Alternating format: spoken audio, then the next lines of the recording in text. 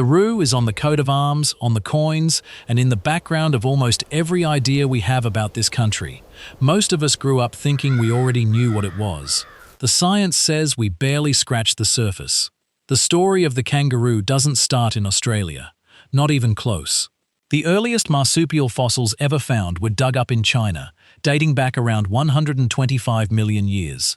From there, the lineage spread across to North America, pushed south through what is now South America, crossed an ancient land bridge into Antarctica, back when Antarctica was warm, forested, and nothing like the frozen slab it is today, and eventually made landfall here. That crossing took tens of millions of years.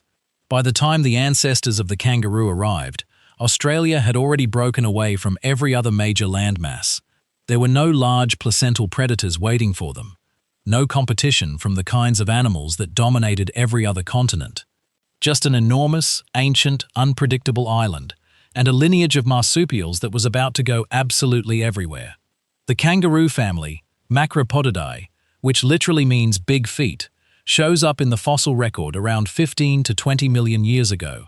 But those early roos looked nothing like what you'd see bounding across the outback today. They were small. Some of them lived in trees. Some had teeth designed for browsing forest leaves, not cropping dry grass.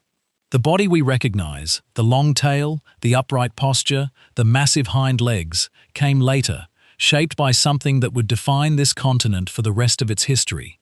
Australia was drying out. The rainforests were pulling back. The grasslands were spreading. And the kangaroo was changing with it. In 2011, researchers published the sequenced genome of the Tamar wallaby, the first Australian marsupial genome to be fully mapped, and buried inside that DNA was something that genuinely stopped the research team in their tracks. Something that raised a question nobody had thought to ask before about why this animal is still here when so many others aren't. If you want to know what they found, and there's a lot more of this kind of science on this channel, hit subscribe now so you don't miss it. Because what's inside that genome changes how you see this animal entirely. What they found was this. Kangaroos and wallabies share somewhere between 80 and 85% of their protein-coding genes with humans. Some of those genes have sat essentially unchanged for over 150 million years. That kind of conservation tells you something important. The kangaroo and the human, despite having gone our separate evolutionary ways for the better part of 200 million years, are still running much of the same biological code underneath. But it wasn't the similarities that kept researchers up at night. It was what was different. Kangaroo chromosomes are radically rearranged compared to other marsupials. The Tamar wallaby and the red kangaroo share a common ancestor, but the chromosomal architecture between them has been reshuffled at a scale that scientists genuinely did not expect to see in species this closely related. Large chunks of DNA have been moved, flipped, and reordered, changes that should, by every rule in the textbook, have produced something very different. Instead, the kangaroo just kept going. The genome absorbed those structural changes and didn't miss a beat.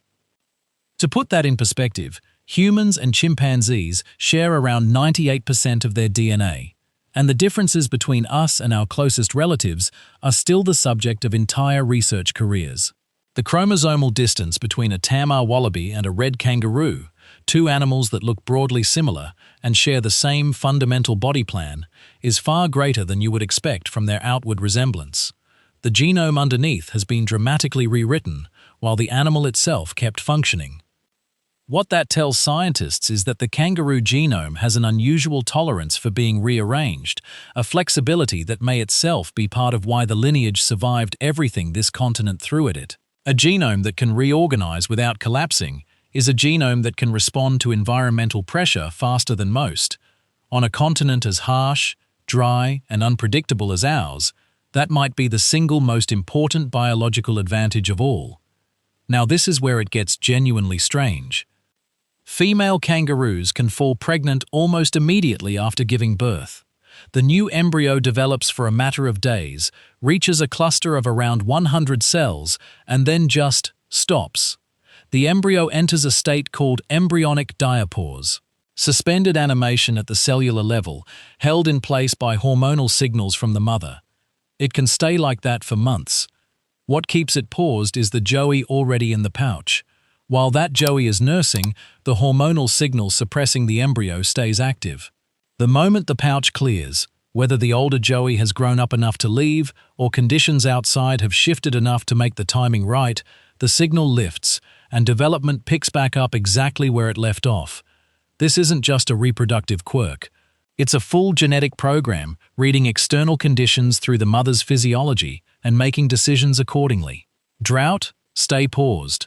Good season? Pouch available? Resume. The embryo isn't damaged. It isn't decaying. It's waiting. And here's the part that really puts it into perspective. A female kangaroo can be managing 3 separate offspring at once. A young joey outside the pouch learning how the world works, a younger one still in the pouch on a completely different milk formulation, and a dormant embryo on standby. 3 life stages, running in parallel, coordinated entirely through biology. There is nothing else like it in any mammal anywhere on Earth. Now, everyone who's done Year 9 biology knows kangaroos hop because they've got powerful legs. Fair enough. But that's a bit like saying the Sydney Harbour Bridge is impressive because it's made of steel. The detail is where it actually gets interesting. Kangaroos are the only large mammals on the planet where moving faster actually costs less energy. In virtually every other mammal, speed and energy expenditure go up together. In a kangaroo, past a certain threshold, the tendons in those massive hind legs start acting like springs. Energy goes in on landing and comes back on takeoff. The faster the animal moves, the more efficient each stride becomes. A roo hopping at 40 kilometers per hour is burning roughly the same energy as one doing 20. There's a catch though, and it's a good one. At low speeds, kangaroos are actually pretty inefficient. Moving slowly is expensive for them. They've got a pentapedal gait for getting around at walking pace, using the tail as a 5th limb to push off from. But it's awkward, and it costs more per meter than it would for most other animals their size. The biology has made a deliberate trade-off. Everything has been optimized for speed and distance at the expense of slow, careful movement. That makes perfect sense for an animal living on this continent. A mob of roos covering 50 kilometers overnight to find water after a dry spell isn't some remarkable feat. It's just Tuesday. It's survival in a landscape that doesn't hand anything out easily.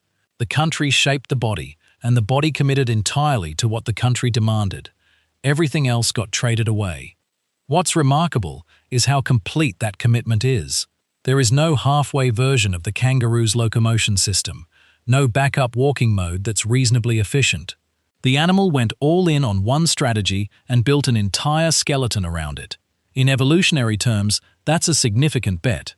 The fact that it paid off, that the kangaroo is one of the most numerous large mammals on the continent, says everything about how well matched that strategy was to the environment it was built for. The kangaroo gut is another chapter on its own. Like cattle and sheep, animals that were introduced to this country and have never quite stopped causing problems for it, kangaroos are foregut fermenters.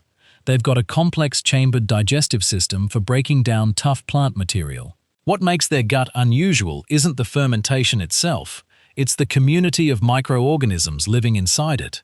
Research over the past 2 decades has found that the kangaroo gut harbors a distinct microbial population found nowhere else in any large herbivore. The specific makeup of that ecosystem, the bacteria, the archaea, the precise way fermentation is being run, looks like the product of millions of years of co-evolution between the kangaroo's genome, its immune system, and the organisms it's been carrying since long before humans arrived on this continent. And what's striking is how stable that ecosystem is. It holds its character across different kangaroo populations, across vastly different diets, across different species within the family. Something in the biology of the host is actively shaping and maintaining it, selecting for certain microbes, suppressing others, running an internal ecosystem that has proven more resilient than almost anything researchers have tried to replicate in a laboratory setting. There's one more thing the fossil record only made clear relatively recently, and it reframes the kangaroo completely. The modern kangaroo isn't a relic of some unchanged ancient lineage. It's the survivor of a brutal culling. Over the last 50,000 years, Australia lost more than 50 species of megafauna, giant wombats, marsupial lions, diprotodons the size of hippos. The kangaroo family lost species too. What's still here today, the red, the eastern grey, the western grey, the antilopine up in the tropical north, are the forms that were flexible enough, resilient enough, and genetically adaptable enough to survive a period of change that erased most of the large animals that had shared this continent with them. They aren't leftovers from a more abundant past. They're the ones that won the most recent round, and they carry the genetic record of how they did it. When scientists sequence the DNA of a modern kangaroo, they're not just reading the biology of one animal. They're reading the record of everything this continent put the lineage through. Every drought, every extinction event, every failed competitor, every climate shift that reshaped the landscape and forced another round of adaptation. The genome carries all of it. The paused embryo, the sprung tendons, the reshuffled chromosomes, the managed microbiome. None of it appeared by accident. Each feature is a solution to a problem the Australian environment posed, written into the biology over millions of years of trial and elimination. We grew up with the kangaroo as a symbol, as something familiar, even ordinary, part of the background of the country. What the science is telling us is that the animal we put on our coat of arms is one of the most biologically sophisticated mammals on Earth. And we've only just started reading what's actually written in its DNA. The roo is one of ours. Turns out, we barely knew it at all.